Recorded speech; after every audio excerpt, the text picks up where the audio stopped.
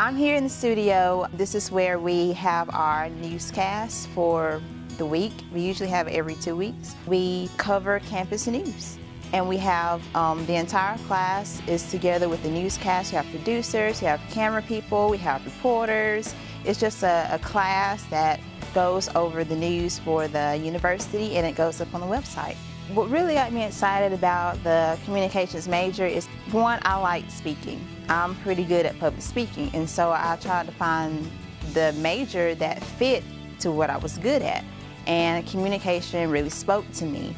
And I didn't know that there was a lot of writing involved, and there was having to shoot photos and to shoot video, but all of it just kind of worked together for me, and I really enjoyed it, and I really like what I've learned here so far. The first time that I anchored, it was very nerve-wracking. I was moving around, and Dr. Smith had to say, "Be still." I was very nervous, but after a while, I just kind of got used to it.